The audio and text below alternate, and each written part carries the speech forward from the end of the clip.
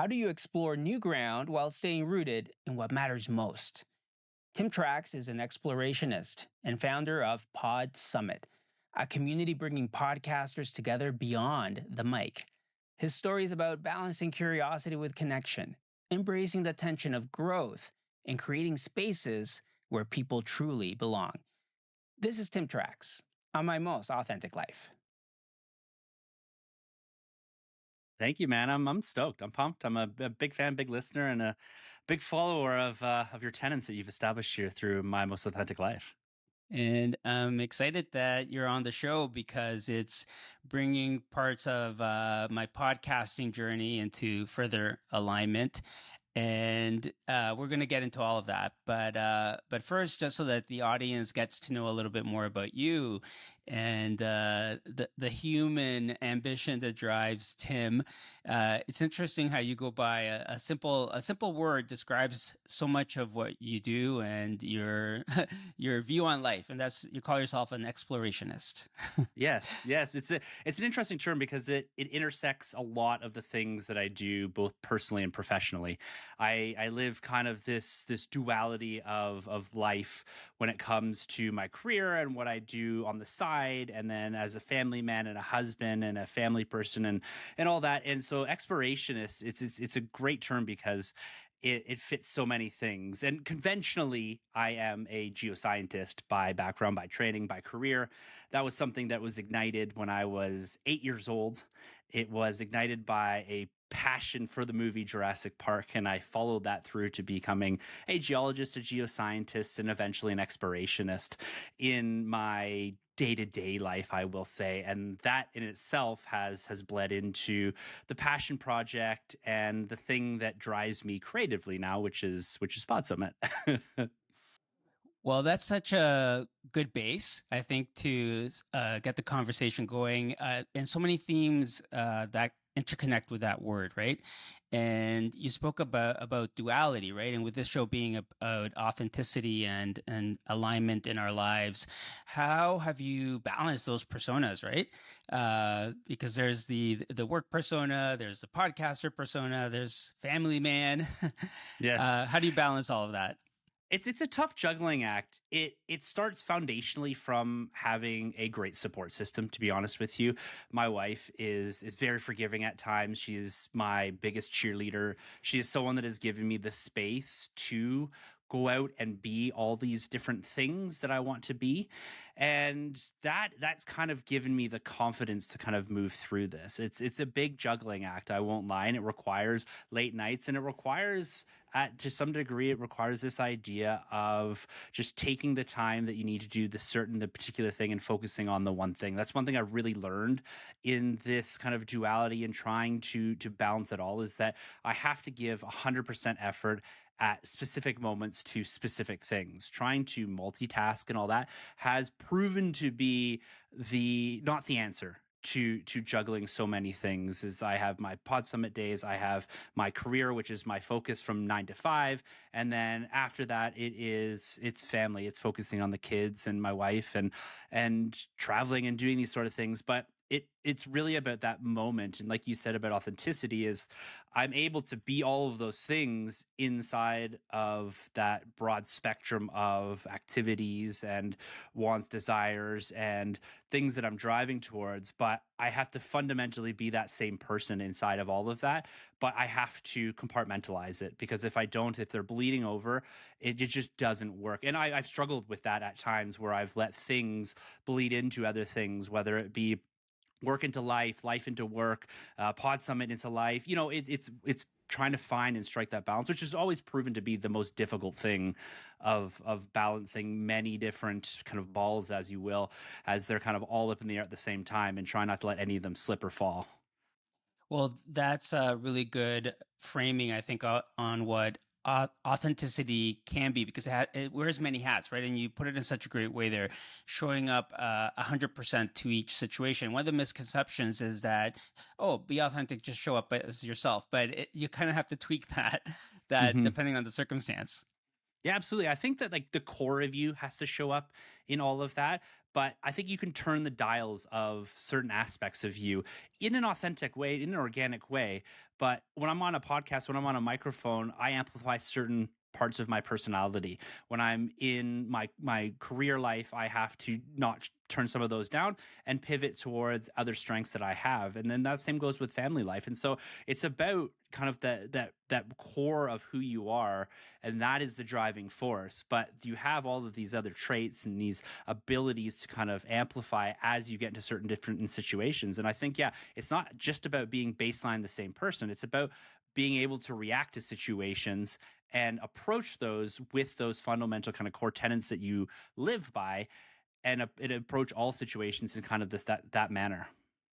And it's interesting. You said there the core you still needs to show up, and the core you has this explorationist anchor there. So I'm just wondering how that the explorer's mindset shapes your approach to everyday life. I think it's curiosity. It is that's in the explorationist, right? And that's in the podcaster, that's in the person that is doing geology. It's having that curiosity to, one, ask questions, but also two is to hear other people's opinions and approach that with curiosity, and not be afraid to look at your own opinions and the things that you've developed as being fluid, where you can hear someone else's opinion and take that in, consider it, maybe move the pieces around in your head and come out the other side of it. And so I think curiosity really drives that. Is it's not the no, you're wrong, it's the, oh, that's different from me. Why don't you explain that? Let's explore that a little more, if I can use that word.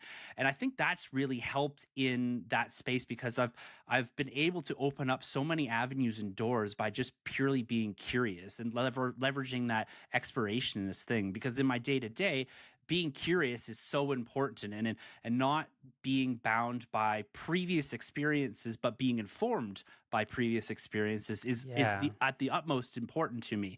Having those guardrails put up from previous experiences sometimes hinders your ability to see outside of those guardrails, and that, I think, is where a lot of the magic happens, especially in my day to day and in podcasting and all of this, is when you get outside of that, and when, like I said, you use your past to inform the future, not bound it.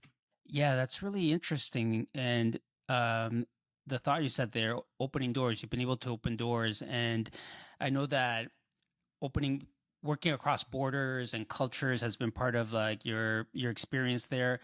Uh, can you speak to that and how that curiosity has opened up doors through this international lens? Yeah. Well, and yeah, in my day to day, and even like in the side projects and all that, I've worked with people all over the world, in Europe and Asia and Africa, in South America, like all over the place. And again, it comes down to that idea of being curious, right? Because this idea that we know how to do things, or I know how to do things, and that certain way is correct, is a fundamental like fallacy in thinking. I think it's Hmm. because everyone has different lived experiences, right? Everyone has these different ideas that they've been brought up through, whether that's schooling or through parents, through lived experience, through culture, through religion, whatever it is. And I think having that curiosity to explore those different avenues that they are bringing to the table, and finding some level of agreement on a forward path. And that's something that I've learned a lot through working globally, really, is that there is so much to add from adding different sort of mindsets from different parts of the world. And this idea of this like amalgam of mindset has been very beneficial for me, because me personally, I have my own lived experience, and I have my own opinions that are formed from that and informed from that. But hearing other people's thoughts, and that this goes to, even, we've discussed a lot, and we have this board with PodSummit, and I'm super cognizant of the fact that I don't want everything that I do and put out into the universe to be an immediate reflection of only my lived experiences. It has to be part, especially when we're talking on a community scale, it has to be Yeah. about bringing in people's ideas and opinions, so that they feel that their ideas are being reflected and represented inside of the space, like I said, especially at that community scale. Absolutely. I'm glad that you've planted that seed there, because we're going to get into, I think, talking about your lived experience shapes the projects that you're doing now and the community building that you're doing through Pod Summit. At this point, in the interview, kind of we're unpacking kind of the with the founders or people that have built companies, we get into the wake up call moment, right? And from what I know about you, and I'm going to get to know more as we continue chatting here today, is like you seem pretty anchored, right? You have strong family life, and things are in order, and you have this passion project. So I'm very curious to know what that wake up call moment looks for you, where you're like, you know what, I have to rewire things. Yeah, absolutely. So, like you, we this is where I think you and I connect on a much deeper level. My wake up call was during the pandemic. Like it very astutely pointed out that I have very strong anchors, and that in family and in life, and I'm very proud of what I've been able to accomplish in a career. But during the pandemic was at a time when I lost control of everything, or at least I felt I did. I felt that because it was framed up to us like a life or death situation, it was framed up to us that we have now fundamentally changed everything about life, and this anchors and this life that I'd created was now all at risk, and not at risk from a relationship perspective, but at risk because I'm now moving into protection mode. I'm now moving into, how do I move forward with my family? How do I move forward with my career? How do I move forward with myself in the absence of all of this stuff that I've created that's helped build such a solid foundation? I felt that foundation was crumbling, and I have this idea that I like to be in control of things. I have this like wild fear of flying, and during the pandemic, I discovered through going to therapy during the pandemic that my fear of flying is rooted in the idea of losing control. I have to relinquish control to a pilot, to a Wow. mechanic, to all these different things. And it was just me talking out loud that I discovered that. And then I tried to rewind that and do a lot of self introspection and retrospection during the pandemic when we had the time to try to understand that a little bit more and understand what drove me, what was I able to do now in this environment where I had lost, or I felt I had lost complete control of everything. That is the moment that really helped me pivot, and reading books like Find Your Why by Simon Sinek and doing all of these like physical exercises to understand what drove me to the point where I could have this foundation, but also how what do I need to do going forward? What am I not getting in my day to day? What am I not getting in kind of the future prospects of what I want to accomplish? And inside of that was a lot of retrospection on my career, and this interesting idea that I kind of came up with regards to what we are told a career needs to do. Now, I've had a very fulfilling career. I love my job. I love being a geoscientist, but we're always told that a career has to check every box. It has to check Mhm. the financial one. It has to check the happiness one, the thing that drives you when you get out of bed, the thing that drives your ability to project yourself in the future and be this high ranking person, the thing that really motivates and form your life around.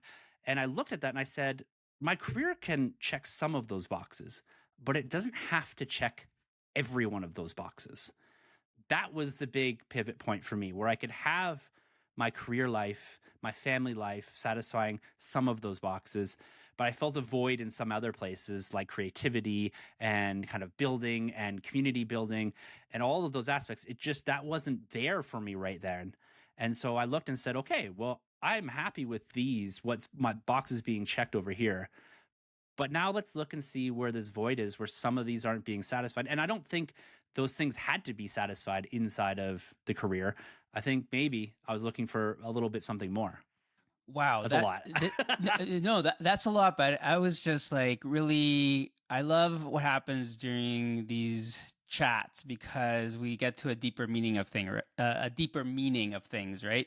And what you were saying there is a whole other aspect of one of the many things you said there was a whole other aspect of exploration, and that's inner exploration, right? And in that journey that we all had to go through the pandemic, and that's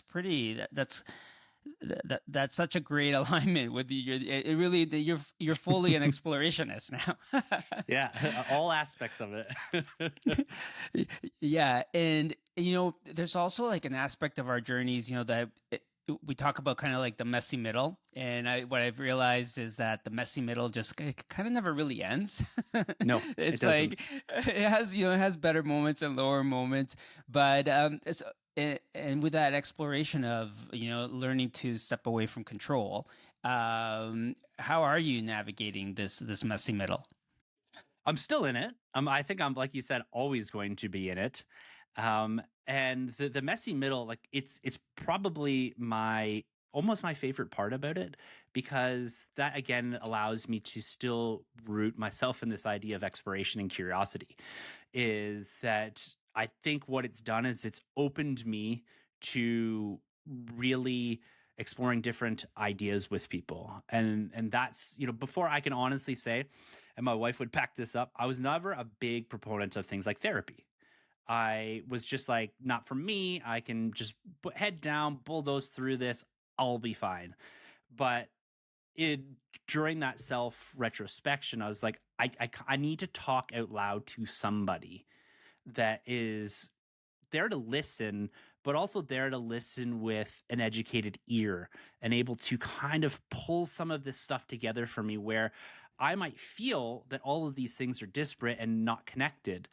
But as you're doing as a podcast host, and as I've done in the past, you start to connect a lot of dots that maybe people don't see. And like this control thing was connected through, like, I was like, I'm afraid of flying, and I'm afraid of, and I don't want to do this. And it was someone saying, like, control, like that is the word. And I was looking for something simple. I wanted something to focus on. And I'm still not great at relinquishing the control, but I feel that I'm doing better. And I think that that has allowed things like PodSummit to grow in the way that I want it to grow, because I'm not just hardline and saying, nope, I'm like, it's this and nothing else. It is like, oh, let's hear ideas, let's talk through things. And so the messy middle is still very much ongoing, but it is, I've accessed so many more resources, read different books, podcasts have been like a lifesaver in this space. And we always struggle when we're looking for answers. We're looking for one person to say the thing that's going to make it better. But what I've found through listening to podcasts and reading is, you could read a big book, you could listen to an hour, 2 hour, 3 hour podcast, or a series of podcasts. If you could take like one thing away from that and apply that one thing to your life, and not look and be like, well, I want to take exactly what that person is and follow their journey and come out the other side like them. It's never going to happen. Different lived experiences, everything's different. And so I kind of approach these things now as like, okay, if I can take like one tangible, actionable thing out of a book, I think that's a success. I don't need to have the atomic habits laid out in front of me and be like, Yeah, you know what I mean? Like I read that book and it's like, exactly. okay, there's like a handful of things I can do. I just physically can't do all of that stuff. But it was those 1 degree changes, and this idea of that, if you can make 1 degree change, little bits, all of a sudden, 180 degrees, you're facing the opposite direction. It's like little things. That's what I took away from Atomic Habits. It's just little changes. I love that book. I love that book. And I agree with everything you're saying there, because that's how my relationship with audiobooks now. I love audiobooks because I can walk and see nature. But also, at first, when I first got into them, I'm like, oh, I think I'm missing like 20% of what they're saying, because, the visual stimulation around you, the city and everything. But then I realized, to your point, was, if I took one powerful thing from that walk, then that was a good walk. Um, but I'm curious, like, so where are you with flying now? I hate it. Still, Yes, okay. I'm better. I'm better with it, but I I see it as like a necessary thing. If I Okay. want to see family, if I want to go on vacations, if I want to expand and see new and different cultures, I just kind of have to grit my teeth and go with it. Like, it's the problem is that I'm always looking for like the anomaly. Like, oh look, oh, okay, is it going to be? Is there thunderstorms? I always look and be like, oh, the pilots look competent. Like I can tell that from looking at people. You know what I mean? And so I view it as a necessary evil. I grind my teeth and I just do it because I have to. Like I don't let that fear and that relinquishment of control hold me back from anything.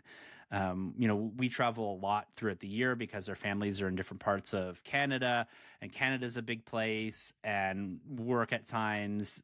I have to go places and all that. And so I just do it.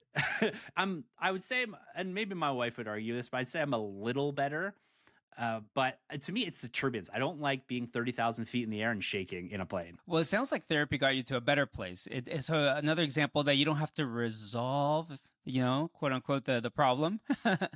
It opens up your mind to a new way of being. Yeah, it really, for me, like I wasn't like a heavy therapy guy. I was a let's do this for 2 3 sessions and then take 3 months off and then another session or two and just kind of revisit these ideas. And yeah, I don't think I'm ever gonna get over that. Like you said, I don't think there's any resolution to it, but there is more mindful ways to approach dealing with the moment that is having you. Like I used to be like, okay, I'll just order a couple double rye and gingers and just kind of grip my way through this. And now it's more about like I've got my kids with me, and it's like, okay, I have to make sure that they don't see that fear. They don't adopt the same fear that I have because I don't want it impeding them in any sort of way. And so I really have to put on like the face. And my wife said, I noticed that you're doing a little better in that space. But I don't know. Sometimes I feel, is this an irrational feel or is it not? I don't know. But it's it's to be determined, to be resolved, maybe at some future date. Well, no, it sounds like you're at a great place with that part of your journey, and I want to start unpacking more about PodSummit and where it really came from. And I just want to set it up with this idea, of personal growth. Sometimes the misconception that you need to maybe sell the house and move to Costa Rica and do something wild like that, and that's personal growth or that's living your best life. But like you were saying before, this idea of, you're able to do the exploration and this pivot during the pandemic while still being grounded in so many ways, right? So as you tell us more about the journey to Pod Summit and what brought you here, I guess what role does reinvention play in this passion project? Yeah, reinvention, evolution, maybe is a way I would put it too. If I could fit back into some of the geoscience piece of who I am and all that. It all But aligns. I love it. it for me, the idea that reinvention or evolution, whatever we want to call it, requires you to pull everything down to the foundation or have some big failure or make massive changes in your life. I don't love that. Like a lot of major success stories come out of big failure or big changes or I was an engineer and now I sell coffee or something. You know what I mean? Like there's those big pivots in life that people take and I think they make for amazing stories. I love those big stories. They're so inspirational. But your story or my personal story isn't that. Like I don't have a moment where I was like, all right, we're moving to a different country, we're selling the house, I'm getting out of my career. Like I know I love all of this stuff. I love where I live, I love my job. My family's great. I have all this stuff, but it's okay to look at what you have and say, it's okay. Maybe I would like a little more. Like there's, like I said, that retrospection on aspects where I was like, I'm not feeling this creative void in the way that I want to. I'm not feeling this entrepreneurial drive that both my parents are entrepreneurs, and so I'm not like that's kind of in me. And so I was like, I want to push on that a little more, but I'm not willing to give up any of this other stuff. It's meant to satisfy one of those boxes that maybe weren't necessarily being ticked, but but it was really that realization that I could go outside of some of the common things or the pillars that I had set up in life. I can go outside of those and explore other avenues and see where this stuff leads. And I kept coming back to this idea inside of that next step is that community was so important to me, and like the idea of community, the idea of people coming together with shared experiences or common ideas or the willingness to want to share an experience. And that drives a lot from why I originally started podcasting, was to create a community around things like Star Wars and Marvel and all of these crazy things. Like I'm a big vintage toy collector. I love Star Wars and I love talking about it.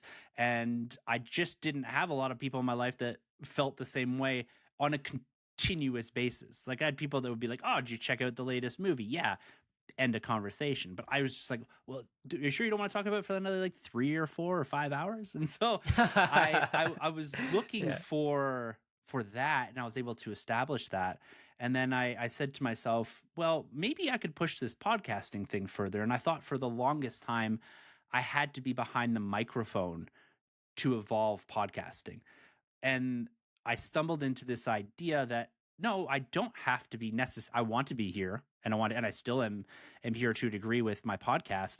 But a lot more of my podcasting time is now focused on building a brand, building a business around creating community for podcasters.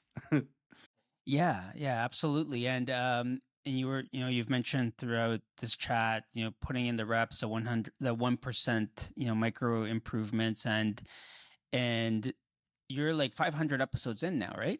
Of Yeah, I've been putting doing it in for 500. 10, Yeah. 10 years. 10 years, Ye- 500 episodes, or give or take. More give, I guess.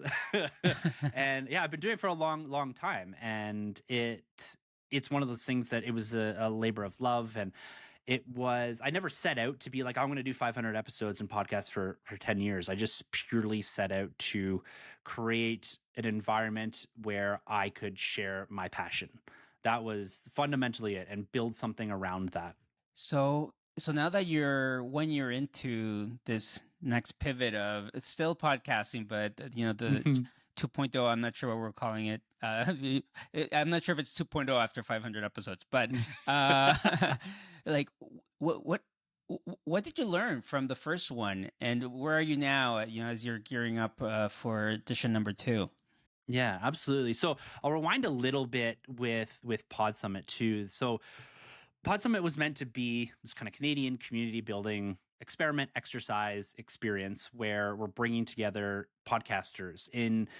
I don't love this term. We really shy away from this term, but the best way to explain it for the uninitiated is it's a podcasting conference focused on Canadians. And so we call it an event because it's meant to be more than a conference. And the word conference feels very corporate-y to me, which I don't love. But so we started building that in 23 and we've ran our first event in 2024. And my wife is an event planner, so that's we do this as a partnership, so that really helped on that piece of it. But to be honest with you, we kind of waded in to an ecosystem that we weren't necessarily part of, and then all of a sudden we said, hey, we're doing this thing, you should all come to it. We didn't have Last year was a proving ground. Last year was we were looking to execute and prove that we could execute. We were looking to show that there was desire for podcasters to come together at scale. Proof of concept was important to us, and bringing a flavor of event that hadn't really been seen in the space. And we're still trying to evolve all of that. And so last year was really about learning. It was about making mistakes. It was about trying things. It was about experimenting, but experimenting with a really solid foundation. If I can come back to this idea, but like creating solid foundations around this idea of community. It was very community focused. It was very focused on the creator, but also trying to bridge some of the gaps to the industry. And so we kind of fundamentally went at this thing. And the nice thing about it being a side project is that we were able to kind of work this in a way that we weren't bound by certain, sometimes, I guess, guardrails that you have to put up with particular businesses, right? We weren't depending on this for a salary, for example. This was coming out of a place of passion. And so we were able to take a few more risks on certain things, like our venue and the size and scale that we went in our first year. Like, we tried to go big, and we didn't get exactly to where we wanted to be on scale, but that turned out to be probably the biggest blessing in disguise, because in doing that, we were able to create this amazing community surrounding PodSummit. And it attracted this unbelievable set of human beings from all different walks of life, from all different experience levels in podcasting. But by the end of it, everyone kind of felt like they knew each other. It felt like we were at like a reunion almost of sorts. And a lot of us had just met for the first time, which was really cool.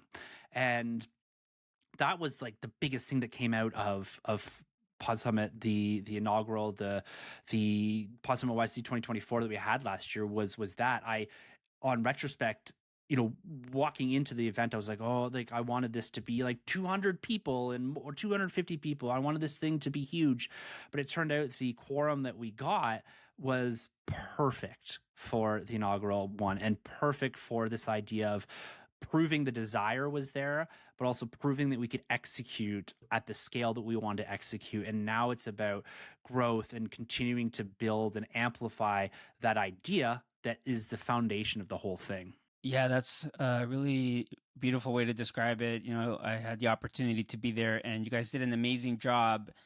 And I've heard you speak about experience, uh, about the summit being an experience versus just an event.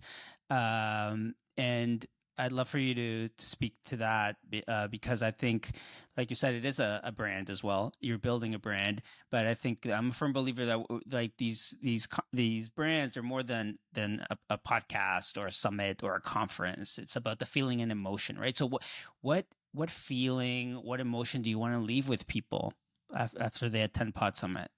Yeah. So just to your point about the idea of experience, and we've talked about this before, and so rewinding back to my early days and podcasting in like the pop culture space and family and all that, like again, I find in my life, I everything I try to connect everything, but so Disney, like the parks and the experience you get inside a Disney park, the experience you get, or at least I get from going to a movie, is what I'm trying to reflect with Pod Summit. And the idea there is that when you're in the moment, you're in the moment. There's nothing that is breaking that experience.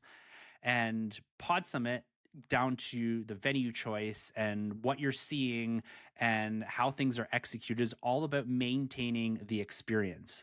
Because once you're in an experience, like you said, there's emotions attached to it. And this comes to people coming back. It's like, I want to be back in that experience. And setting that up, I think, provides the foundation for people to then relinquish what's going on in the outside world and just be there to network, be there to talk, be there to learn, educate, grow. And so the idea is like, you know, tune everything out. But the only way to tune everything out is to reduce the amount of distractions and increase the experience of the event. And so that, like I said, it's the aesthetics, it is the how things are constructed, how the flow of things go. And Disney is very much like that. Like if anyone out there is a fan of Disney, like when you get into a line, you're not really in a line. You're at the start of the ride. When you get into the park, you look up and you're always part of it. And the consideration, if you watch documentaries and all that, on line of sight, on the ability to not lose the experience. Like if you go to things like big theme parks and like Six Flags or whatever, you're in a line, you're in a line. You're kind of in a metal Yeah. line. When you go to Disney, you're in this thing where you're looking around and you're seeing so many different things, and it's all kind of preparing you for the climax of the ride. I had this unbelievable experience this year of going to Galaxy's Edge, the Star Wars land in Disneyland this year, and it was my first time going there. And I can tell like I put a video out even about it, because you get in there and you feel like you're on a different planet. And you've literally crossed from like Mickey's Toontown, and you go into this, and you're like, did I take a spaceship here? Or, like, what's going on?" Because you're so immersed, and so like that immersive experience is so important to me, and that's something I'm trying to replicate to a degree inside of Pod Summit. And that's why this experience event, and moving away from the idea of like conference, like there's some elements of that, of course, that are built in there. People paying for tickets, they want to learn, but we're putting a lot into how we create an experience around this, as opposed to it being simply a conference that you attend, you tick a few boxes, you walk out the door, you're in a big white hallway, you get on your phone, you get distracted. The idea is you go into the out of the session panels and you're chatting, you're talking. The first thing you don't do is pull out your phone and start looking at the news. It's like, no, I don't have time for this, because I got to go over here and talk to this person, and that. So that's the experience piece of Pod Summit that we're trying to build. Wow, yeah, that's awesome. That's an awesome way to describe it, and it's so thoughtful and intentional. The way everything's been pieced together, and it makes so much sense because just the venue itself is also a beautiful venue, which is part of the experience, and it lends to that flow that you were talking about. Yeah, and it's this 110-year-old theater basically. It's been in Calgary. I think it's over 110 years old now. But the thing that we loved about that too, not only is the aesthetics perfect and it's a really cool place, but because it's the theater, there's been so many stories told there. And I stood up on the first PodSummit and I said, we are now all part of this history. We are now telling stories in this place that has had stories told in it for 110 years. And like that's almost like the all of Canada's history. Not quite, but it's starting to get there, right? It's the Western Canada's oldest theater. So like there's been stories told there all over the place, and some like not great ones, but there's been an evolution inside of that. And so it's very cool that PodSummit is now part of that history. We really like that too, is that it fits into this narrative of storytelling and building on strong foundations and being a part of something bigger. Absolutely. And well, I really appreciate how you took us through your mindset, your thought process. No, because I love hearing that stuff because really it's like now, I was there last year. Now it adds another layer to it. It is a bit, it's almost like you are going to more than a conference. It's more like it's also like a personal growth experience too. You're exploring that space and you're exploring different aspects through the content that you're putting together. So I love that description. Thank you. And so what's the vision for the summit or what's the vision for Tim? Uh, Short term, long term, or are you just in the moment right now? Well, like I said at the start, it's trying to be in the moment of things, right? But I always have my eye on the future, of course. And my biggest thing for Pod Summit is I want it to just become a destination for podcasters. And I want it to so much so that it is a destination outside of even the speakers, right? So the idea there is that you're going to the event and the cherry on top is, oh, there's some great speakers here. There's some great content here, but you're Mm, going to the event first. That's my projection for Pod Summit, is that it becomes a must attend event where, regardless of who is talking, who is doing a live show, who is the keynote, you want to come because you want to be a part of the experience. That is my vision for the future of Pod Summit. I'd love to see it grow to a point, but then there's also this idea of maintaining the community aspect of it. That's a very, very hard line for us, is that we do not lose that. And so when I look into the future, it's about how we adapt the model to be able to maintain the core of what it is. I do not want it to lose the core of what it is. This idea of connection, this idea of collaboration and community or creativity. Like it's all like all these C words, right? yeah, yeah. It's all about those for me. As cliche as some of those words might sound, that is what I don't want it to lose. And so it's about maintaining that. It's about growing it in a measured way. And it's about becoming a destination as opposed to I will only attend if a big name or something is coming to the show. And it felt like a reunion already, like you said, just on day two of last year's event. So and to have that kind of feeling of coming home as well. Yeah, exactly. Yeah, it becomes a point you mark in your calendar. So this year it's September 19th to 20th. So on the 21st, you mark next year in the calendar the date that we announced at the end of Pod Summit. That is already in my calendar for next year. That is like that would be my ultimate goal. Is like people are walking out being like, okay, the third week in September in 2026, I'm already blocking it off. I'm already getting ready. I'm already looking for flights. Exactly, exactly. Well, I'm excited. I'm excited. I've been, following your socials and seeing everything you've been up to. It's the branding's really, really phenomenal, and the lineup looks great.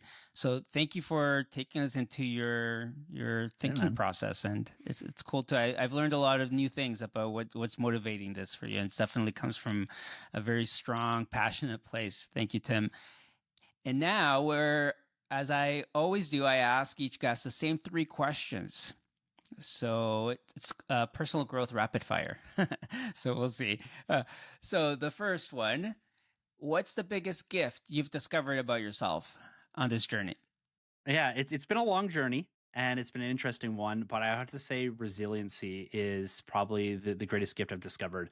And when I say resiliency, I mean the ability to take in all the information, good or bad, and really kind of pause, be in the moment for a second, reassess and pivot. That wasn't something I was great at in the past. And that comes down to this idea of control and me, wanting to have all of it and moving forward inside of this space where it's like I had my kind of hand on everything. And so I've learned a lot about being resilient. And sometimes I need that moment. I tell my kids this too. It's okay to have a moment where something bad happens or something that you don't agree with or you see and you're like, oh, that just have that moment. Just be there with yourself, and you don't have to smile in the face of some of this stuff. You can turn around and have the moment. But the resiliency piece is your ability to kind of pivot around and return to baseline and say, okay, how do I react to this that is beneficial for everyone? We had some stuff with PodSummit even earlier this year. I won't get into the details, but it was, okay, how can we make this work? And it turned out to be a massive money saver by being able to pivot from a situation that we didn't want into pivoting into something that we're like, okay, how do we fix this and how do we move forward with it? And it turned out it landed us on the financial side on a way better thing. So like that resiliency has been a really important thing that I've just kind of discovered about myself. I love that. Great answer. Next, what is the hardest truth you've discovered about yourself? I can't do everything as much as I wanted to, and that is something we talked about a bit at the top there. I just simply can't, and that's where the kind of time blocking or compartmentalization really came to benefit me. Is I had that hard realization that doing everything at 60% benefits nobody. I have to be able to put 100% into things. And I'm like I said, I'm still not the best at it. I still have my moments, but the realization and taking it back to PodSummit, we wanted to do so many more things last year. But we're like, we wanted to do, for example, we wanted to do merchandise, but we're like, we just don't have the capacity to do that this year. That's got to come off the wall. We wanted to do a pitch competition. We're like, we just can't execute it in the way that it's going to be beneficial and that it's going to show good. That's got to come off. And so even into the business side of things, it's that idea that we have to sometimes scale back to do things better, to execute better in those moments. And that's personally, professionally, all of that is that I have to, when I'm at work, I got to focus on work. I can't be thinking about all this other stuff. I got to focus on this. I got to execute this. I got to give 100 to this. And so that realization, that hard truth was that, no, I can't do everything all at the same time as much as I want to. Awesome. And finally, what is your definition of authenticity? Yeah, this is always the question that I love hearing about in your podcast is that like authenticity, because I think it's such an important part of podcasting, and I think that's why podcasting has become such a massive piece of media right now, of mainstream media. And for me, I mentioned at the top, but authenticity is that ability to be the same person in every situation. That is your authentic self, is whether you're in a friend group or with your family or at work, is that you can be that person. And I struggle to find that sometimes in the past, because I was like, as being like a big Star Wars fan and all that kind of stuff, is like I hid a lot of that stuff away. And I was like, oh no, I'm going to put this away because I know I don't want people to judge me in a certain way. But it was like, no, when I started to turn all of that stuff on, people almost became more interested in some of the things, or, they want to explore that because like, oh shoot, I like that too. Let's talk more about that. And so when I started just to be myself all of the time in basically in every situation, I found that just things became easier. I wasn't trying to put a front on about something. And even so, like I didn't tell people I podcasted at work for years, but I've slowly started to engage that even in things like my LinkedIn and all that. And I've had this like really great experience with people being like, whoa, you podcast, like, let's talk about it. Like or I found friends that were like, I also am a content creator and you didn't know that about me. And I've been friends with you for like 4 years. And so it opened a lot more doors and all that, just being my authentic self in every situation. I couldn't agree more. Yeah, so well said. Yeah, the more you show up as the core you, the more doors open, right? And you don't even really have to push; they kind of open on their own. Brilliant answers in that rapid fire. Thank you so much, but also an awesome interview. I really enjoyed, getting to know more about the motivation behind all of this. So thank you, Tim. Thank you for sharing that today. Yeah, thank you for having me, man. It's much appreciated, and thank you for all the work you're doing in this space right now. That's today's origin story. If you enjoyed today's episode, feel free to share it with someone who could use a little inspiration. I'm Fede Vargas, and you can connect with me around the web at My Most Authentic Life. See you next time.